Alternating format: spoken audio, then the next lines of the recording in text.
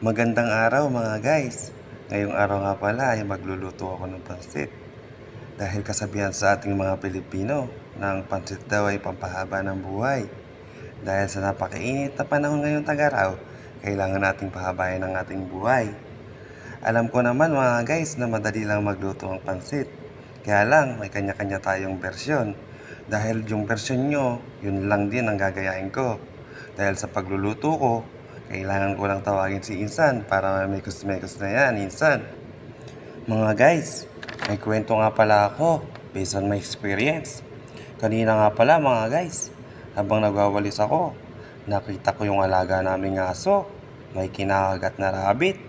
Naalala ko may alaga nga palang rabbit yung kapitbahay namin.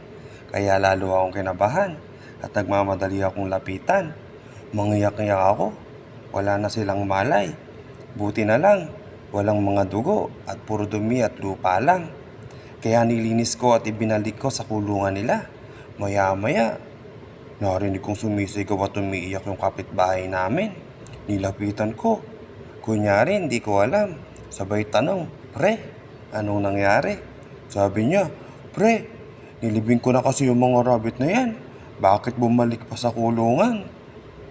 Kahit ako, natatawa ako sa kagaguhan ko at kwento ko. Kailangan pala magsabi ka na lang ng totoo kaysa mag-usyoso ka pa. Ang aral doon, kailangan maging tapat ka. Huwag sa kabit mo, kundi sa asawa mo. Ay, balik tayo mga guys. Luto na nga pala ang gulay. Ayan at aking nang sinasandok. Siyempre, hahanguin muna natin yung mga gulay na yan para hindi malabog. Maya-maya, ilalagay ko na dyan yung tubig.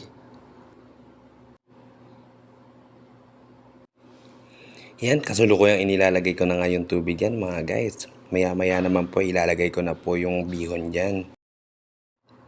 Sa pagluluto naman po ng pansit, hindi kailangan po ang mabilisan. Ayan, katulad po niyan. Naglagay po ako ng konting pampalasa. Yan po ang Knorr Cubes. Baka naman. Kalalagay ko nga lang po ng Knorr Cubes. Ngayon naman po maglalagay po ako ng paminta. Tulad ng kaibigan ko, baka ikaw yan.